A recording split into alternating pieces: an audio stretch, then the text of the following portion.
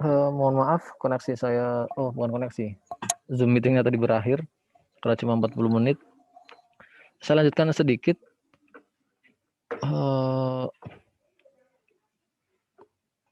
Sebentar.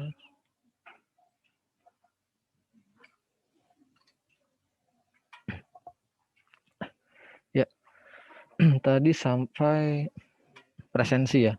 Nah, untuk presensi nanti silakan untuk melakukan presensi di Skalsa.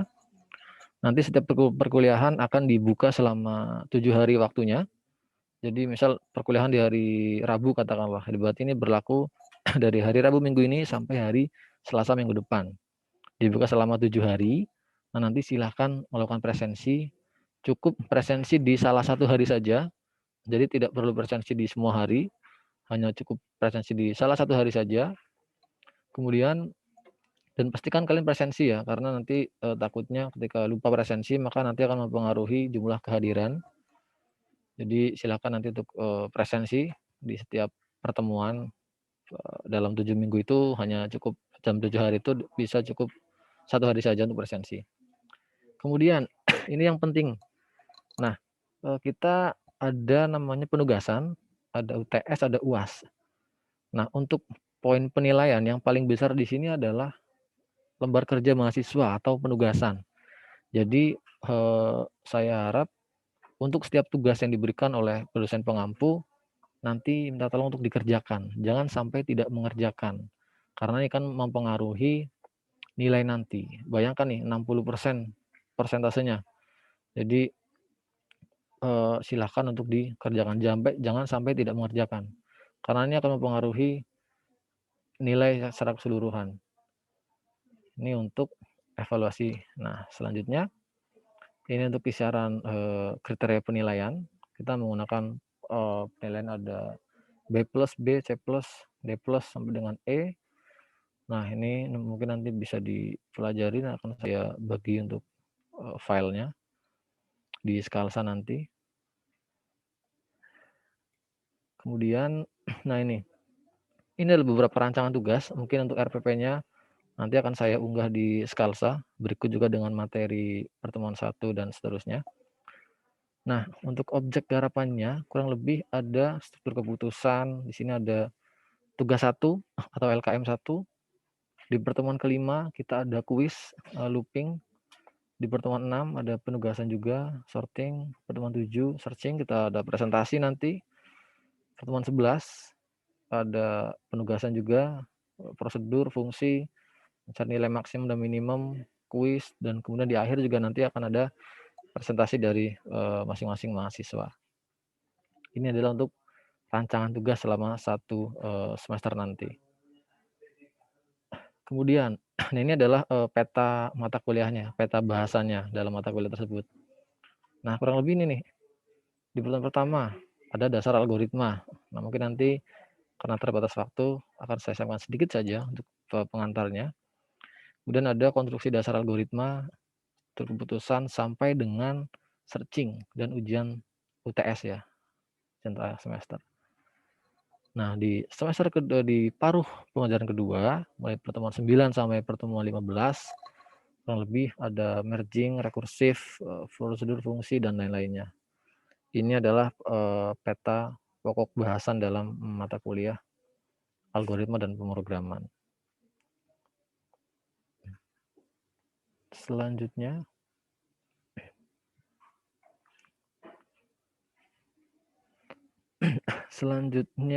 nah ini adalah referensi yang saya gunakan. Bisa mencari. Mungkin bagi yang baru join ya. Saya ulangi mungkin yang baru join tadi belum sempat menyimak. Kurang lebih dari sini saja. Ini adalah rancangan penugasan. Mungkin bagi yang baru join. Ini adalah rancangan penugasan selama 1 semester ke depan.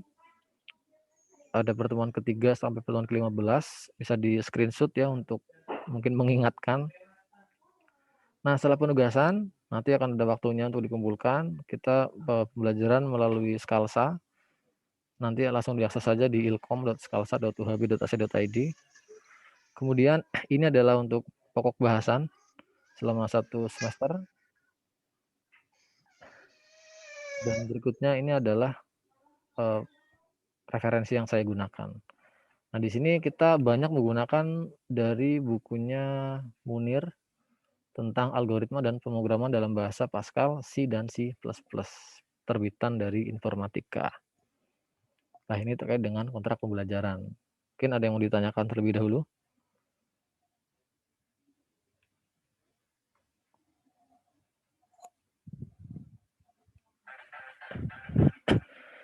Sudah jelas ya?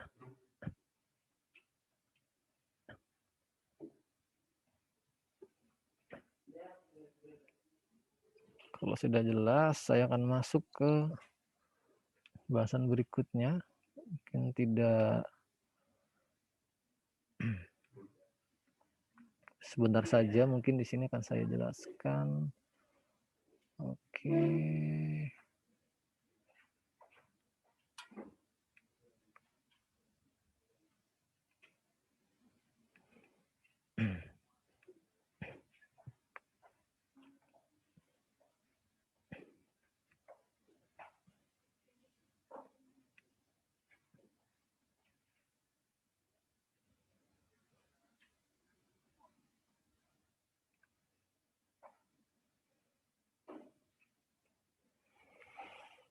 Ya, kurang lebih ini adalah tujuannya, capaian pembelajarannya mahasiswa mampu menjelaskan ya tentang dasar-dasar algoritma.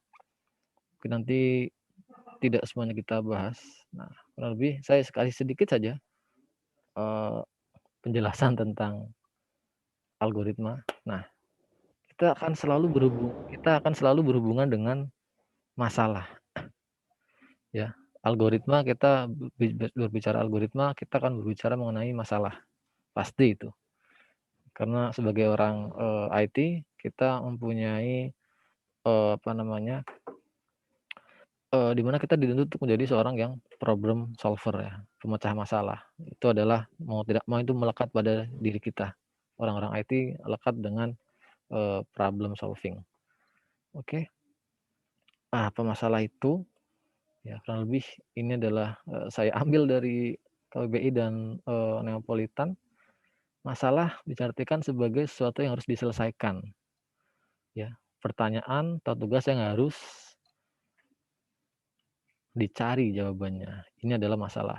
Nah, nanti kita akan selama 1 semester ke depan, kita akan selalu bergelut dengan masalah. Jadi selain masalah hidup ya, kita juga akan menghadapi masalah perkuliahan ini ya. Kita akan menjawab masalah-masalah yang ada. Oke, nah contoh saja nih, satu aja. Misal nih, kita ada permasalahan berikut. Misal nih diberikan setumpuk kartu, kemudian kita disuruh untuk mengurutkan kartu tersebut supaya tersusun menaik ya, berdasarkan nomor sedemikian sehingga nomor kecil berada di paling atas. Nah, ini adalah permasalahan. Untuk solusinya, mungkin ada yang bisa menyampaikan solusinya? Solusinya seperti apa nih? Ada setumpuk kertas, kemudian itu acak ya, kemudian instruksinya adalah supaya mengurutkan nomor yang kecil berada di atas dan nomor yang besar berada di bawah. Coba deh saya tunjuk satu deh. Mas Robi coba. Halo Mas Robi. Oh, sibuk sekali nih Mas Robi kelihatannya.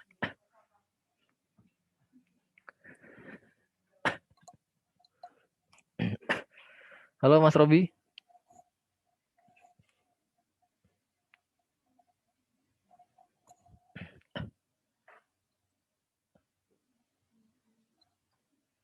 Oh, Mas Robi nampaknya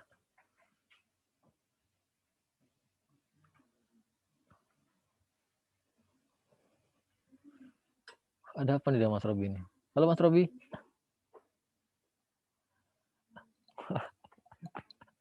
Oke, kita ganti yang lain deh. Oke, Mas Yahya. Coba, ada setumpuk kartu. Instruksinya yaitu untuk mengurutkan nomor kecil di atas, nomor besar di bawah. Kira-kira solusinya seperti apa, Mas?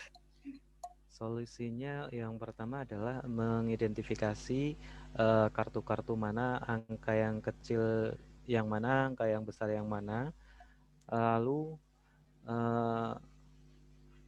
mengurutkan untuk angka nomor yang besar dulu di bawah, lalu sampai di urutan nomor yang paling kecil sampai di atas. Oke. Nah, itu secara tidak langsung itu adalah solusi dalam bentuk algoritma ya, sistematis. Algoritma selalu sifatnya sistematis. Jadi benar tadi, salah satu solusinya adalah misal mengidentifikasi nomornya, kalau besar ditaruh di bawah, kemudian di identifikasi selanjutnya besar lagi taruh di atasnya yang tadi, terus seterusnya sampai yang terkecil itu ada di atas. Nah, kemudian, tadi ini untuk solusinya. Yang perlu dicatat adalah setiap persoalan ya, umumnya itu mengandung satu atau lebih parameter. Nah, pemberian nilai untuk semua parameter persoalan dinamakan instansiasi persoalan. Tadi di misal nomor besar diinisialisasikan sebagai X, misal kartu sebagai T misal T sama dengan X, X-nya berapa, nah nanti itu disusun dalam bentuk sistematis yang berurutan. Nah, kemudian jawaban dari instansiasi persoalan tersebut disebut sebagai solusi. Ini bahasa algoritmanya ya. Ada instansiasi parameter persoalan dan juga ada solusinya. Oke. Lah, ini juga nih kurang lebih nih misal nih kita disuruh mengurutkan bilangan dari yang belum terurut nih, ada 15, 4 sampai dengan 19. Nah, kita harus menginstansiasi persoalan tersebut nih. Kita definisikan bilangan tidak berurut itu sebagai S. Ya, dan kita juga untuk jumlah bilangannya ada 7. Kita definisikan sebagai N. Nah, maka bahasa algoritmanya itu adalah S, deretan bilangannya, kemudian N sama dengan 7. Ini dalam bentuk instansiasi persoalan. Untuk solusinya tinggal diurutkan saja. Nah, ini untuk sejarah algoritma, mungkin nanti bisa dibaca, saya lewati saja. Nah, ini adalah definisi, ya bisa diartikan tadi ada sistematis ya. Jadi algoritma bisa diartikan sebagai urutan langkah untuk memecahkan masalah yang disusun secara sistematis dan logis. Selalu itu, sistematis dan logis. Itu adalah definisi dari algoritma. Nah, kenapa kita membutuhkan algoritma? Nah, karena algoritma ini akan digunakan untuk memerintah komputer untuk mengambil langkah-langkah tertentu dalam menyelesaikan masalah.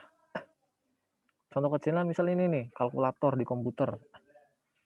2 kali 5. Nah, kita mendefinisikan itu, kita melakukan perintah terhadap komputer, kemudian komputer punya algoritma tersendiri untuk kemudian menyelesaikan masalah tersebut. Keluar solusinya, misal 2 kali 5, berang 10. Nah, itu ada algoritma yang dijalankan. Oke, selanjutnya ini untuk yang kartu tadi. Salah satunya saya lanjutkan saja. Ini ada persoalan yang kedua tadi, yang kartu juga ada beberapa solusi. Nah, misal ini nih, ada satu masalah. Nanti kan kita selesaikan secara menggunakan algoritma. Kita ada permasalahan pertukaran isi gelas. Gelas A berisi kopi dan gelas B berisi air teh. Nah, bagaimana cara kita menukarkan? Coba deh, saya tunjuk satu. Mas Rama, kira-kira ini kan dalam kehidupan sehari-hari ya. Kalau misal kita menggunakan penyelesaian secara algoritma, kira-kira apa nih? Gimana nih untuk menukar gelas A dan B, kopi jadi teh, teh jadi kopi? Coba Mas Rama, silahkan.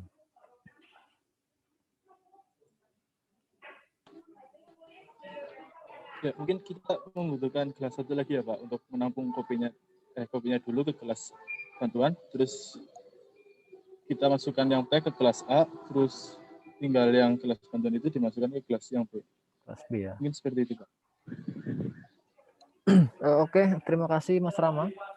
Ya, kurang lebih bisa ya algoritma seperti itu. Nah, kita solusinya nih. Ya, apakah benar solusinya seperti yang disampaikan oleh Mas Rama? Dan ya, oke. Benar sekali Mas Rama, kita butuh ini adalah salah satu solusinya ya. Kita butuh satu gelas baru, ya, gelas tambahan, kemudian dipindah ke gelas tambahan itu, ditukar. Yang A tadi kopi berisi teh, yang B teh jadi kopi. Ini adalah salah satu algoritmanya. Nah, nanti PR-nya adalah setelah kita sudah tahu solusinya, maka nanti kita akan ini masih ke depan jauh ya, implementasikan dalam bentuk code, program. Nah, nanti seperti itu. Bagaimana caranya? Nanti dari solusi ini, dari permasalahan tukar gelas saja, nanti kita menukar gelas, kita sudah tahu algoritmanya, harus ngapain, nah baru nanti diimplementasikan menggunakan program, kode program. Seperti apa? Misal ada A, B, C, ada gelas, kita definisikan. Misal gelas A, kita deklarasikan gelas A, gelas B, gelas C, baru nanti kita membuat coding supaya algoritma ini bisa berjalan, bisa running. Kemudian nih, berikutnya lagi nih. Ada 2 buah ember nih. Bagaimana caranya mendapatkan air 4 liter dengan tempat tanpa menggunakan alat lain maupun hanya mengira-ira. Misalnya kita diperintahkan untuk memindahkan ya, mendapatkan air sebanyak 4 liter. Pas ya, 4 liter pas. Sedangkan kita hanya punya alat 2 buah ember. Masing-masing berkapasitas 5 liter dan satunya lagi adalah 3 liter. Nah, kita hanya butuh 4 liter air. Pas, tidak kurang, tidak lebih. Dan kita hanya punya 2 alat ember. Nah, satu ukuran 5 liter dan satu ukurannya 3 liter. Nah, kira-kira seperti apa nih? Supaya pas ya. Ember 1 5 liter, ember kedua 3 liter. Kemudian kita hanya butuh 4 liter. Tapi kita tidak diperbolehkan menggunakan alat bantu lain. Kita hanya menggunakan 2 alat bantu, yaitu ember 1 5 liter dan ember 1 3 liter. Kira-kira gimana persoalannya? Memecahkan persoalan ini. Oke, saya tunjuk. Robi nggak jalan ya. Mas Robi, ayo Mas Robi. Gimana Mas Robi?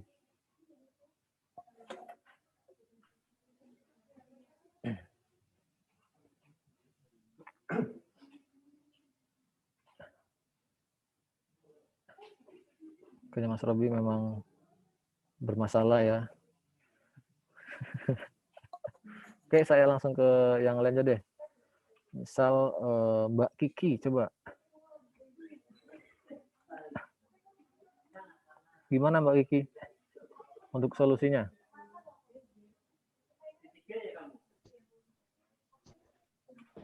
Mungkin kita pertama harus yang 3 liter dulu. Kita masukin ke 5 liter. Habis itu nanti kita ambil 1 liter lagi pakai ember yang 3 liter. Cuma yang 3 liternya harus.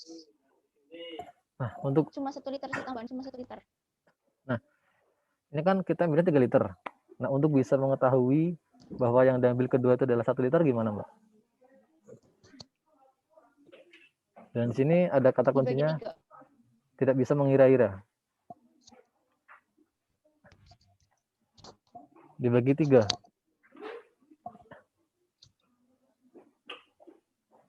Berarti butuh alat bantu lain ya?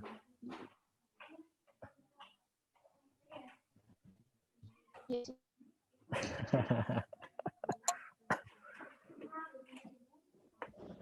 Oke, nyerah Mbak Kiki? Atau masih mencoba untuk berpikir lagi? Dulu.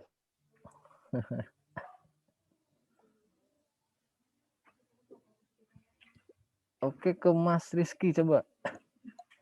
Mas Rizky. Kira-kira gimana Mas solusinya?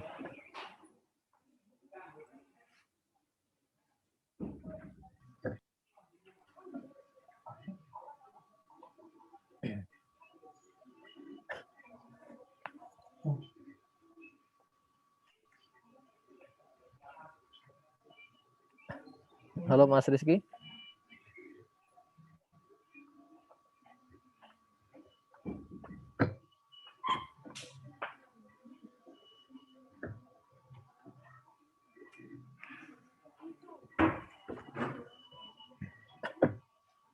Sudah mulai bingung? Ini masih pertemuan pertama ya.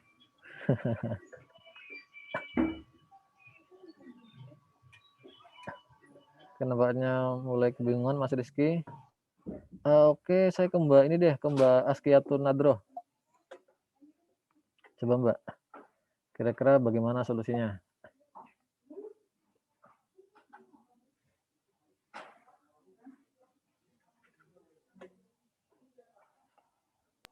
Kayak yang dibilang Kiki tadi, Pak. Cuma nanti yang 1 liternya kita bisa ukur dengan jari, misalnya. Berarti kira-kira ya?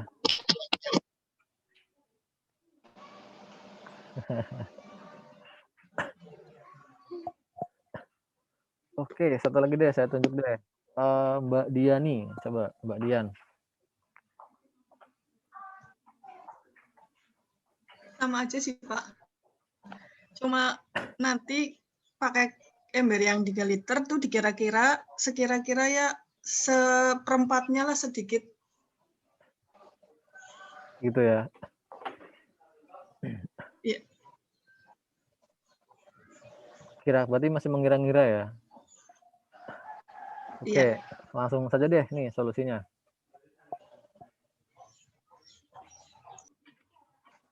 Isi penuh ember 3 liter dengan air. Ya. Kemudian tuangkan ke dalam ember 5 liter. Berarti yang 5 liter isinya sekarang 3 liter. Kemudian isi penuh ember 3 liter dengan air. Nah, tuangkan lagi nih. Dari 3 liter ke ember 5 liter hingga penuh. Jadi dalam ember 3 liter sekarang tersisa air 1 liter. Nah, kemudian buang semuanya yang ada di ember 5 liter. Baru nanti pindahkan. Jadi sekarang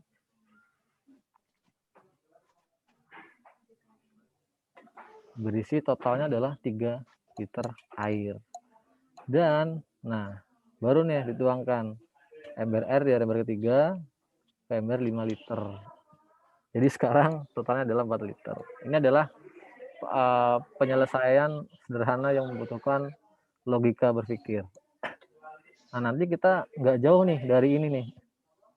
Kita nggak jauh-jauh dari persoalan logika berpikir tentang pemecahan suatu solusi.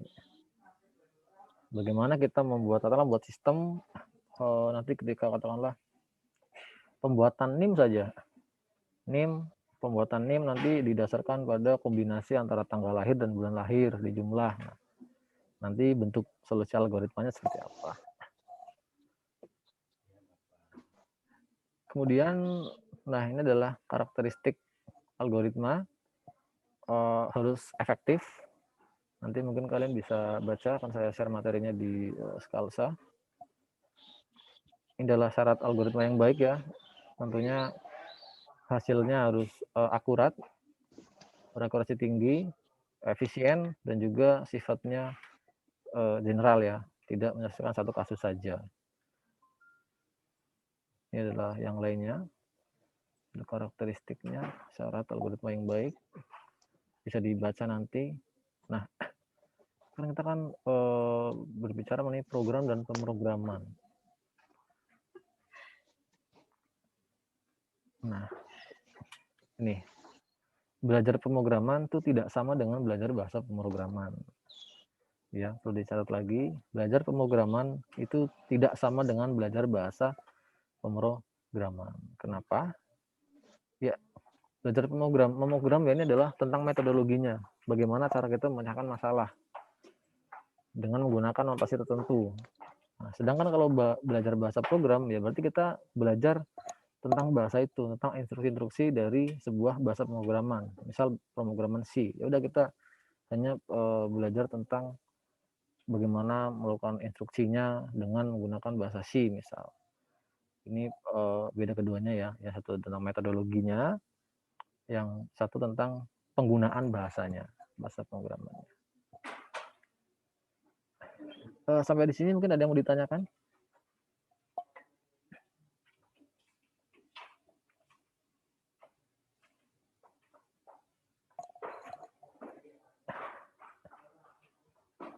Masih jelas ya.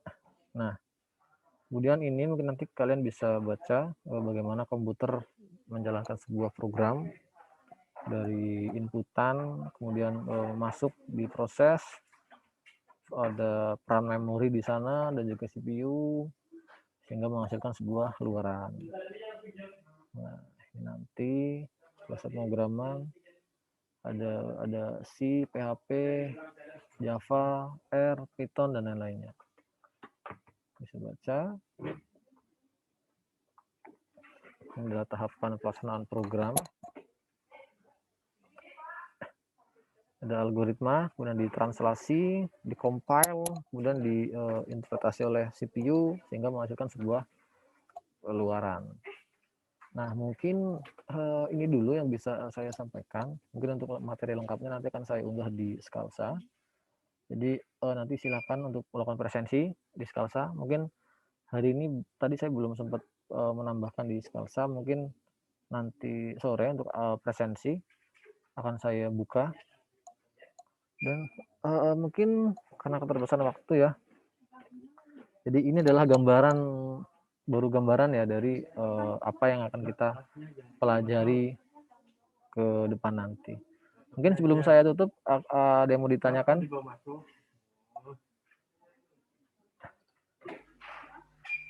Berarti materinya nanti bisa diakses di Scalsa ya, Pak? Bisa, nanti akan saya unggah di Scalsa. Untuk semua materi, mulai dari pertemuan 1 sampai dengan itu nanti tiap minggunya akan diunggah di Scalsa. Untuk tugasnya yang tadi gimana, Pak? Diunggah di Scalsa juga gimana, Pak? Untuk tugas yang tadi, nanti akan saya siapkan juga untuk form pengumpulannya, bisa dikumpulkan di Scalsa. Masih ingat tugasnya? Mas Yahya masih ingat tugasnya?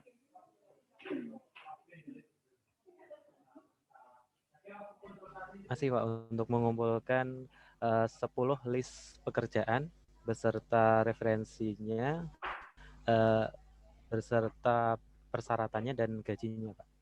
Dan pilih salah satu yang paling dominan. Oke, yang paling dicita-citakan ya. Oke, yang difavoritkan. Oke, yang lain mungkin? Ada yang mau ditanyakan mungkin terkait dengan penugasan, terkait dengan nilai.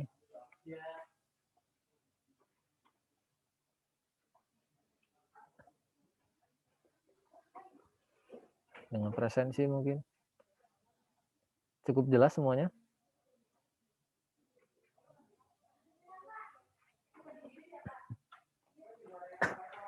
Kalau cukup jelas, saya rasa saya cukupkan sampai di sini untuk pertemuan kali ini.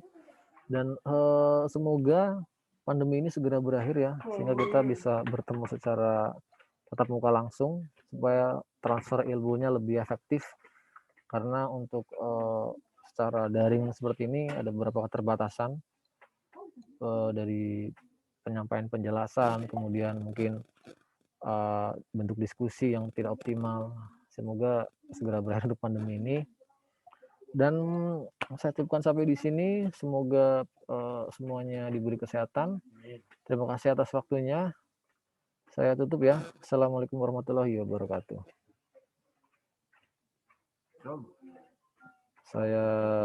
Saya close semua ya.